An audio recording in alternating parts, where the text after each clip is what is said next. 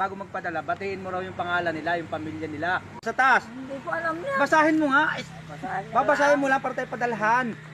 Ng mga ano to, Koreano.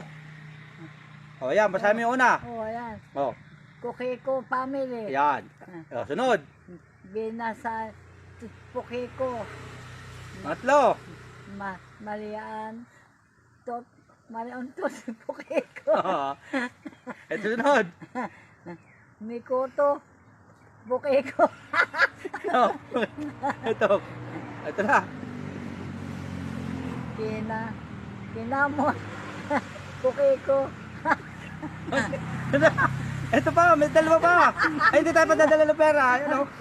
Oh, ayun, May sugat. Kukiko. Ito pa yung last. Yung last. Yung kaulian. Ayan. May sugat.